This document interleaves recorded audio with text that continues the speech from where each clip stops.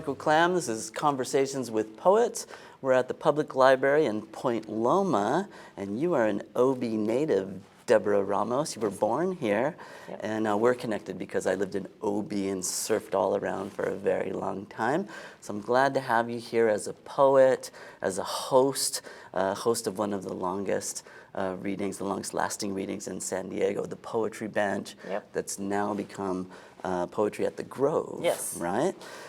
So tell me a little bit about you here in OB, being born in OB, your connection to OB, because I feel like OB is always a part of me no matter where I'm at. It is. Okay, well, I grew up in Ocean Beach and went to Point Loma High School. I was a little hippie, and I used to go to all the protest marches starting when I was about 15. We protested up there in TC at the lighthouse up there, and that's when it all started down in OB, and the riots on Abbott and Newport. Yeah, there was a lot going on at that time, lots going on. And we used to go to the Love-Ins in Balboa Park. You probably didn't know this. Tell us. Every Sunday there was a Love-In in Balboa Park, where the dog park is now. And that was our form of social media, and that's where we would find about all the underground events and marches, and the hills would be full of hippies just kicking back, smoking out, and there'd be live music and speakers, and we'd paint flowers on our faces and find out what was going on, what was next. It sounds lovely. Why is it called a love-in? That's a good question. Because it was about peace and love. It was about anti-war stuff. Mm-hmm. And spread the love, spread the peace. Mm-hmm. I guess I didn't name them Love-Ins, but... And there were Love-Ins in La Jolla, too. Mm-hmm. Used to go to those. Yeah, so a gathering of like-minded folks, poets, artists, or just anybody who wanted to go? Yeah, anybody who wanted to go and actually find out what was going on, where the marches were, mm-hmm. and listen to good music and just, gather together. Is that all part of your makeup now still, in the same way that you have a hippie soul? Because I have it, for sure. I feel it every day. I'd say so. I carry on my passion for, being an activist still, and I express that in some of my poetry. I've been going down to the Friendship Park at the border, trying to protest and get the Border Patrol to open up the Friendship Park, and that's not happening. They're going to build the wall down there, but yeah, I've carried on. I've been true to myself, I think. Is the Friendship Park right there where the border comes to the beach? Yes, there is it's called Friendship Garden, mm-hmm. and where families can meet at the fence. They used to be able to pass food through the fence, because my friends used to go down there and see their family. But there's a binational garden there right now, where people can meet and see their family that's on the other side of the border, and family that can't come to our side of the border, and they have they hold church services there at the border, at the park, and it was closed. It's still closed. They closed our side of Friendship Park during the pandemic, and they never reopened it. So there were some events. I went down there with Jim Marino, mm-hmm. for readings and protests, and to try and encourage the reopening of the park. Yeah, Jim, one of the strongest leaders and activists really here in San Diego, poet and activist. Yeah. And I could, so if you go down there now, is there still openings in the fence and you can see through, but you can't get up close because the park is closed? Is that what happened? No, you can't. You can't. There's, the way they've got it built, there's like this space in between Mexico's fence, open space, and then our fence. Mm-hmm. And when we'd go down there for readings, there'd be people on the Mexican side, mm-hmm. that would read into their phone so that we could hear it on our side and they could listen to us on our side. So no, you can't. They can't do that anymore. So are you still in your writing especially, and in the way that you kind of put together readings for people to come and say their piece in a comfortable setting, in a welcoming setting?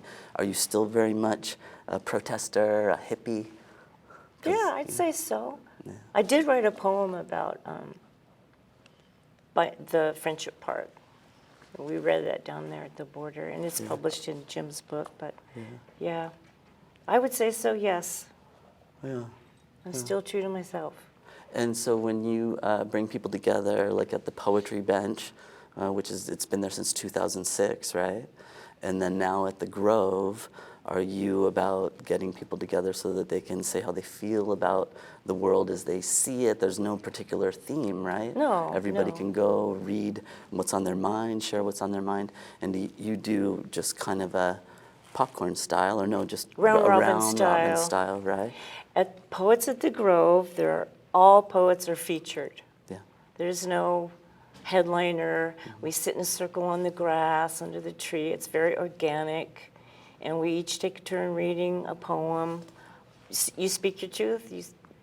Like most open mics, you just speak your truth and share your words, and you get support from the rest of the poets that come to do the same thing. Do you have regulars? Do you have folks who you see all the time? Oh, yeah. Jim being one, right? Oh, yeah. Chris Vinoy, all the Chris's, Chris Nelson, Chris Vinoy, Chris R., Marjorie, Barbara Huntington. All the heavy hitters still like to come to the park. It's so nice because it's a Sunday afternoon reading, and you still have your night to do whatever you want. And after the reading, you can take a walk in the park, go across the bridge, go have a drink, early dinner. There's no nightmare parking. You don't have to worry about driving at night, late at night, going home. We don't serve, there's no espresso or wine bar. You can bring what you want, right? Huh? You can bring whatever you want. You can bring what you want, but we serve a lot of heart and soul right there. There we go. What time does it start? It's the last Sunday of the month from 2 to 4. And we drum. You can bring a drum. We do drumming. Yeah. Bring your dog. We have poetry pups that come. Yeah. The drums speak to you, right? That kind of beat rhythm. And your book is called From the Earthen Drum of My Body. Tell me, what about the title? Do you feel an earthen drum? Because I write about the sacred feminine and primal desires and ancient affairs, and I really like to celebrate the divine feminine. So that's my body too. Yeah. And women were the original drummers, if you've ever read that book. I was looking at your list of publications too: SageWoman, Rattlesnake Press, Desert Woman, Power, Dancing Goddess, National Beat Anthology, Border Voices, Literary Sexts, SCXTS. Yeah, that was a good one. Sounding Writers Inc., Sounding Poetry Annual. Right? So do you do some kind of energized meditation when you're writing, kind of pull that earthen drum out? Or is it just there? It's just, I'm not always all about poetry, I flip between my art and my writing, and with my poetry, I can be inspired by an image or words or a phrase, and I just kind of just jump into that. Like, for instance, my Mermaid Queen poem, I was inspired to write that. I was walking along the beach and I came upon a sand sculpture of a mermaid. It was beautiful sand sculpture. And I was watching it, and then the tide, little waves would come in and wash little pieces of her back out into the water. And so I wrote a poem about that, and it was really a love story between the sand mermaid and the sea, and how the sea finally captured all of her. That sounds wonderful. I can see you down by the water. I can see it in my head. Will you share that with us? Yes, I will. All right. Okay. The Mermaid Queen. The sky is my open window, my bed granules of ancient shells and sea urchins. My sea glass eyes beg the winds to rest and stop frothing up the volcanic ash that clouds your face. I ache for your watery fingers to reach around my seaweed waist and pull me to your depths. Let your lunar pulse capture the curve of my sandy breast and shoulder. Once the tide rinses me clean, I will taste only the salt of you until every grain sinks into your wanting foam.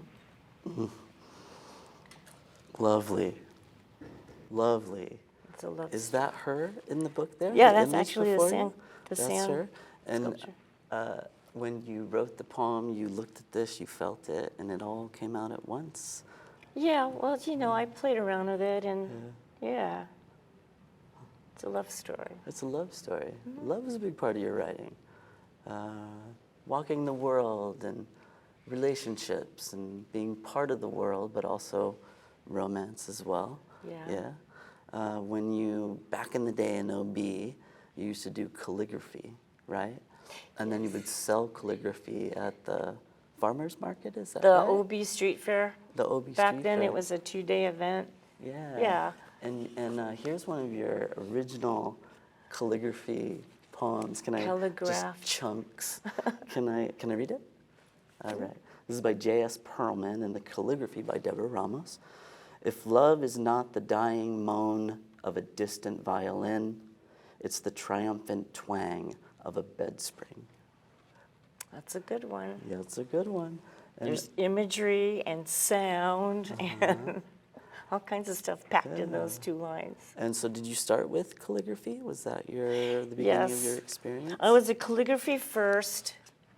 Before I started writing my poetry, I was a calligraphy first. And I was a member of the San Diego Fellow Calligraphers Guild. And calligraphers are always looking for poetry and poems and phrases to letter. Even the alphabet, there's a lot of beautiful calligraphy art that's just the alphabet. And so that's when I started really looking up poems and getting poetry books from the library so that I could find lines and poetry to letter and print, and I would frame them as little art pieces and sell them at the street fairs. That's what I used to do. Did your own poetry grow from it? Your own writing and your own writing style? Not at that time. Not at that time it didn't, but from that, because I used to really like to read Native American wisdom and ceremonial songs and prayers, so I would take phrases and lines from Native American literature and also use them as art pieces. And then from that, I started to design my own hand-painted greeting cards, like these right here, using Native American sayings. One of my favorites was, "Toward calm and shady places, I am walking on the earth." And that's a Chippewa song, from a Chippewa song. And I love that piece. So from there, I started to write children's stories too, at that point. And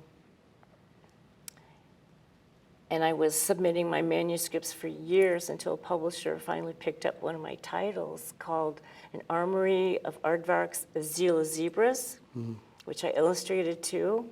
And it was an ABC book of collective nouns, like an armory of aardvarks, a brood jellyfish, a crash of rhinos, etc. And it was to be published in the spring of 2008. But during that time, the market was crashing and things were going sideways for everybody, including my publisher, so they dropped my title and several other titles. So I gave up.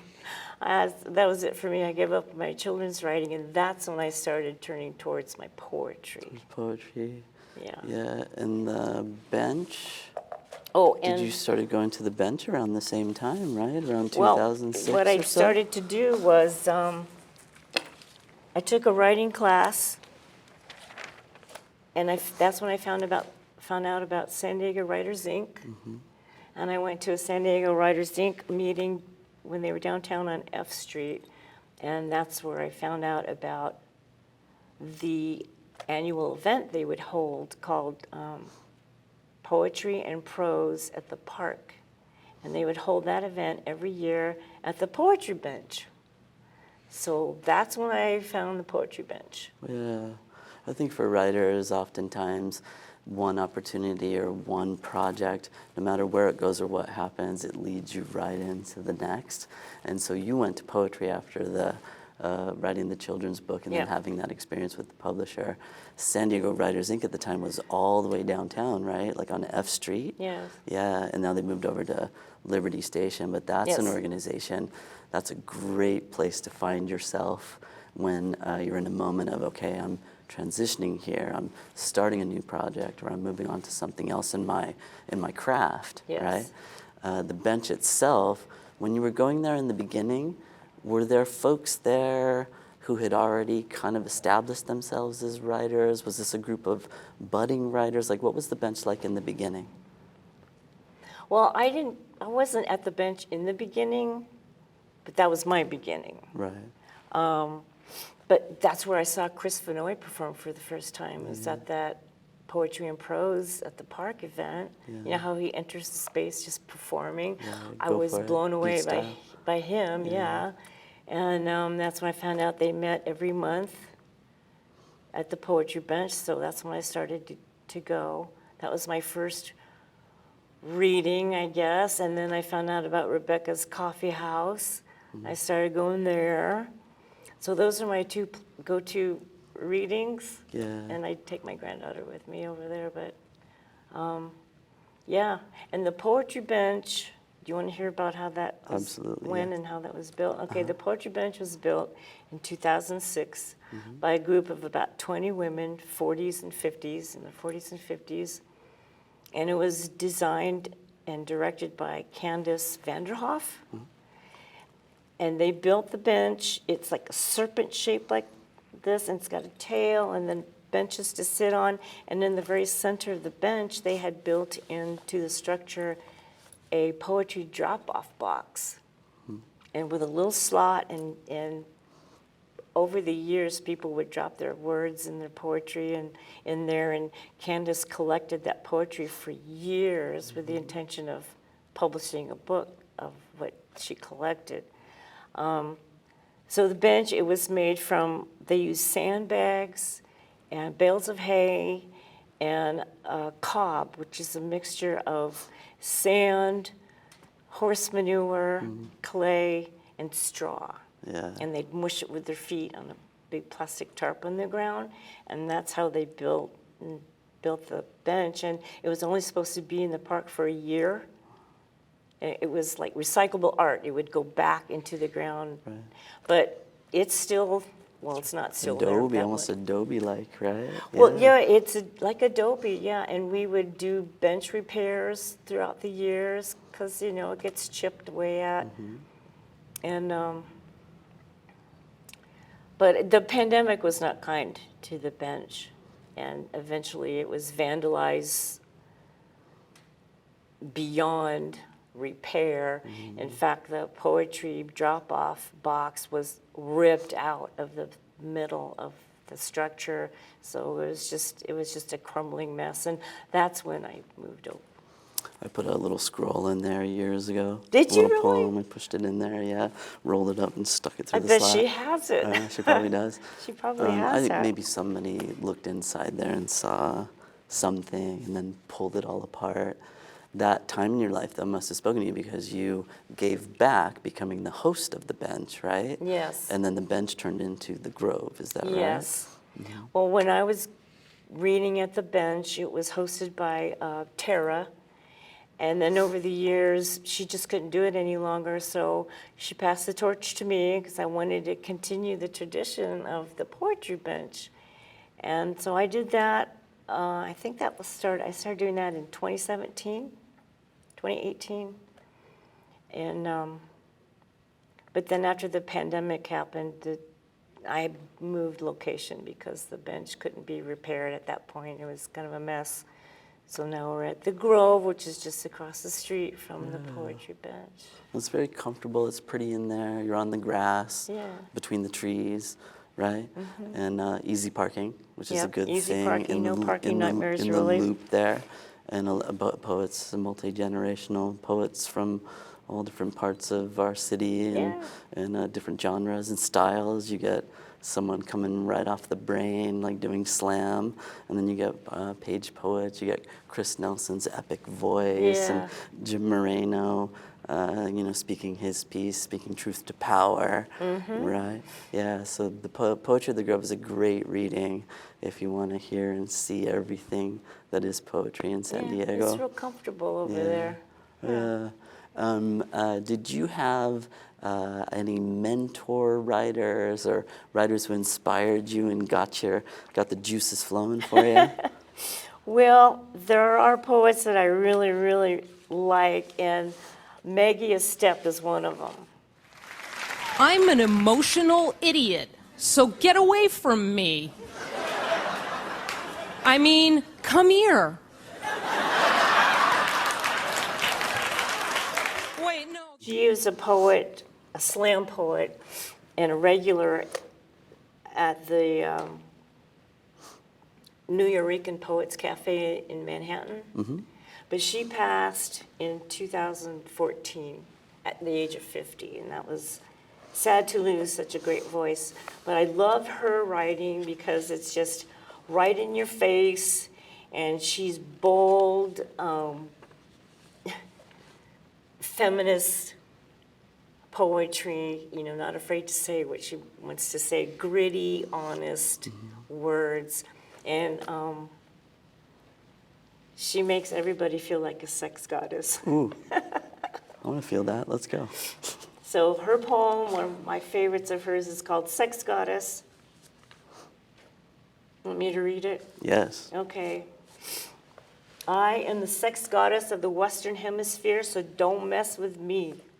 I've got a big bag full of sex toys, and you can't have any because they're all mine. Because I'm Sex goddess of the Western Hemisphere. Hey, you may say to yourself, who the hell is she trying to kid? She's no sex goddess. But trust me, I am. If only for the fact that I have the unabashed gall to stand up here and call myself a sex goddess. I mean, after all, it's what so many of us have at some point thought. We've all had someone who worshipped our filthy socks and barked like a dog when we were near, giving us cause to pause and think, hey, I may not look like much, but deep inside, I'm a sex goddess. Only we'd never come out and admit it publicly. Well, you wouldn't, but I will, because I am the sex goddess of the Western Hemisphere. I haven't always been a sex goddess. I used to be just a mere mortal woman, but I grew tired of sexuality being repressed and manifest in late-night 900 number ads where three bodacious bimbettes heave cleavage into the cameras, winking lens and sigh. Big girls, ooh. Bad girls, ooh. Blonde girls, ooh. Yeah, I got fed up with the ooh, ooh, ooh. I got fed up with it all, and I put on my combat boots and hit the road with my bag full of sex toys that were a vital part of my sex goddess image, even though I'd never actually use my sex toys, because my being a sex goddess, it isn't a sexual thing, it's a political thing. I don't actually have sex. I'm too busy taking care of important sex goddess business. Yeah. I gotta go on talk shows and MTV. I gotta become a parody of myself and make buckets full of money off my own inane brand of self-righteous pop psychology, because my pain is different, because I am a sex goddess, and when I talk, people listen. Why? Because you guessed it, I am the sex goddess of the Western Hemisphere, and you're not. But even you could be a sex goddess. Absolutely. With a bag of sex toys. My bag's over there. Can you imagine? She gives us permission to be a sex goddess, and I love that about her writing. Well, thanks to Maggie, and thanks to you. Now that I have permission to become a sex goddess, I'm ready to go. Don't forget your bag of sex toys. I won't. performance poetry, right? That poem's very much about the page. Power of voice, right? Expressing yourself in a way that you're talking to people, but also sort of teaching without grinding too hard in the teaching. That poem has a great sense of humor, you know, but also very a point to be made. Yes. How can people, if they want to find out about your projects, because you have a great project for women, or a clip that people can listen to hear some of our writers in town who are an inspiration for sure. The Electric Womb. Oh, the right? Electric Womb, okay. Yeah, tell a little bit about the Electric Womb and how can people find it, and one more time about the Grove and how can people get there. Okay.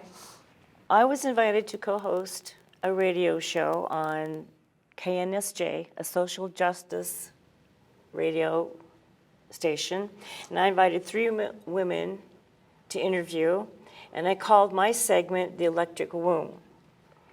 I interviewed Marjorie Pisoli, Stacey Dyson, and a London poet, Tish Ince. And I wanted to create a circle of women. I wanted to offer and hold a safe space for us to talk about our issues as women and to share our poetry and to just be together in that circle. So that's what we did. And it was broadcast 3 times, like a month later after we recorded it. And I created a YouTube video using the audio from the show.